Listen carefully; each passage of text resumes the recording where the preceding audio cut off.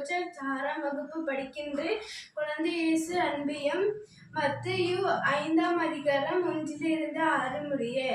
இயேசு மக்கள் கூட்டத்தை கண்டு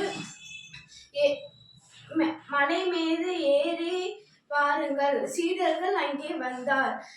ஏழைகளின் உள்ளத்தோர் பேறு பெற்றோர், ஏனெனில் அவர்கள் விண்ணரசு அவர்களுக்கு உரியது.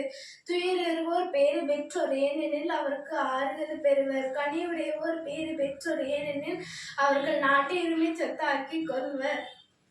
நீதியின் நிலைநாட்டு வேட்கை கொண்டவர் பேறு பெற்றோர், ஏனெனில் அவர்கள் நிறைபெறுவர்.